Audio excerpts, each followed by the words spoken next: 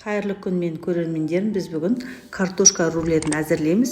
Менің рецептім ұнаса лайк басып, комментарий жазып тіркеліп кетіңіздер.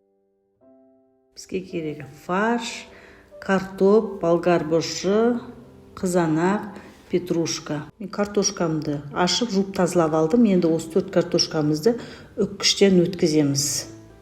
Үккіштен өткізіп дайындап аламыз.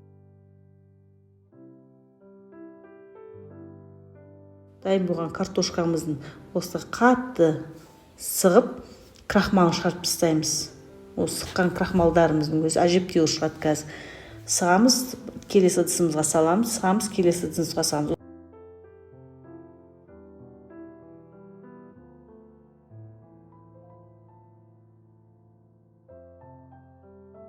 Біздің картошкамыз дайын болды.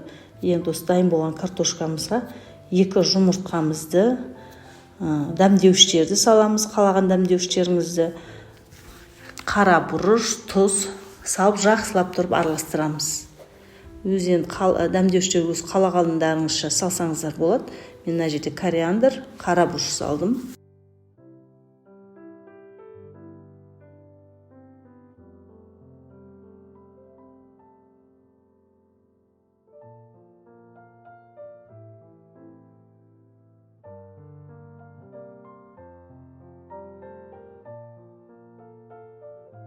Картошкамыз жақсылап тұрып араластырып алдық. Енді осыны пешіміздің тапасын алып, бетіне осы қағазын төсеп, май жағып жібересіздер.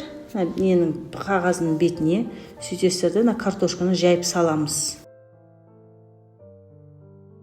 Біздің картошкамыз дайын болды. Енді осыны 150 градусқа 20 минутта пісіріп аламыз. Картошкамыз піскенше біз пиязымызды майдалап турап аламыз. Барынша майдалауға беріңіздер.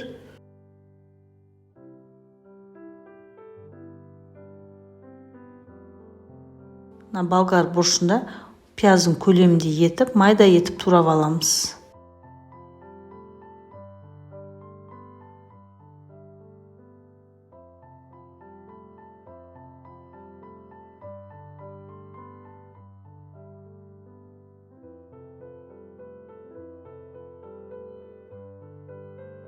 Қызанағымызды тура болгар бұрышының көлемінде етіп, бұнта майда етіп турап аламыз. Осылардың бәрін турап дайындап алайық, сосын майға, қызып тұрған майға салып қуырып аламыз.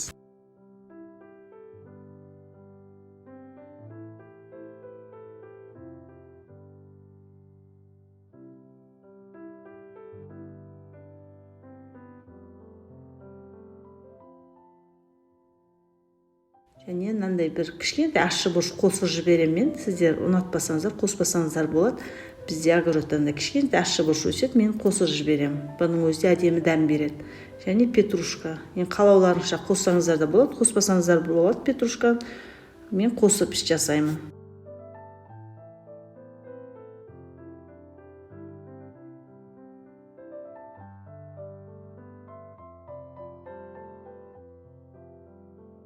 Енді мен майым қызып тұр. Қызып тұрған майға бірінші пиязымызды салып, араластырып тұрып, әбден қуырып аламыз.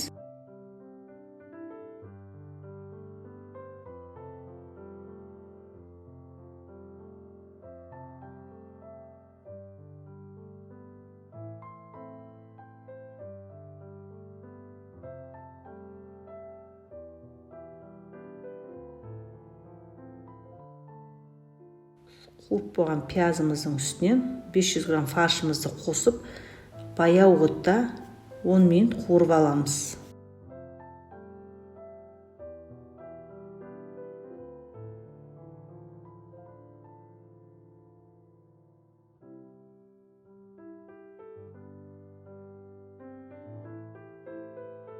Біздің фаршымыз қуырылып болды. Енді дайындалған болгар бұрышын, қызанағымызды салып, жақсылап араластырып тұрып, бұларды қуырып аламыз.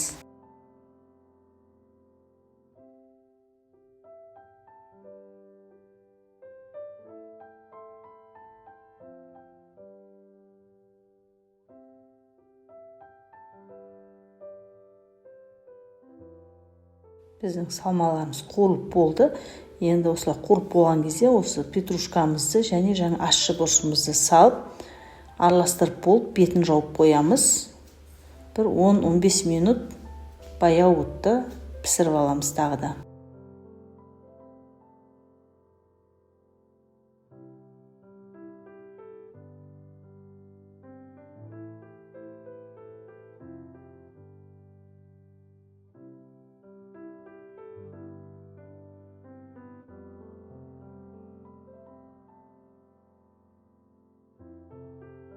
Біздің салмамыздың түрі осындай түрлі түсті болды. Осындайды өзім ұнатам. Сосын петрушка, укроптарды қосқанды жақсы көрем. Осындай түр беріп тұрады. Иісі деген енді айта алмаймын. Иісі аңқып тұр. Қуырып болды. Енді 10-15 минутқа бетін жауып, баяу отқа қойып қоямыз. Біздің салмамыз дайын болды. Картопымыз пісті. Енді картопымыздың үстіне осы салмамызды салып, жайып саламыз осылай. Барынша жайып саламыз.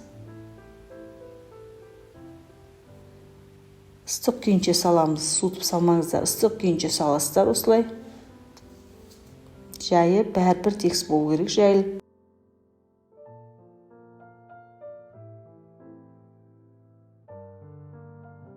Біздің рулетіміз дайын болды. Енді осыны шетінен орап отырып бұраймыз.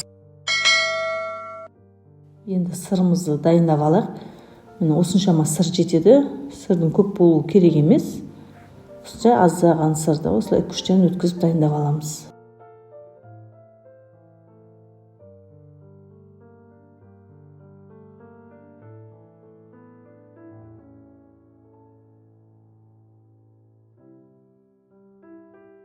Сырымыз дайын. Енді бір қасық болсын, екі қасық болсын, ас қасықпен майонезімізді және де мен үй жағдайындағы сицилийді қостым. Кетчуп болса, кетчуп қоссаңыздар да болады. Енді осыларды араластырып аламыз да, жаңағы дайын болған рулеттің үстінен жағамыз.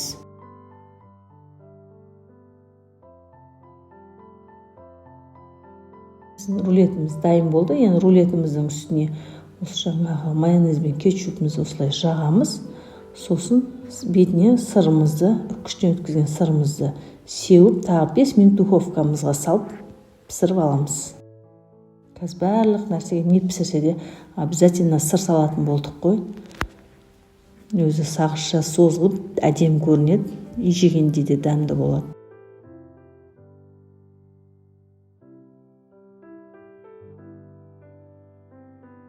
Менің картошкадан жасалған рулетім дайын болды. Енді осыны кесіп, дәмдерін көрейік. Бұның қасына десерт ретінде гречка немесе күріш қайнатып қойсаңыздар болады.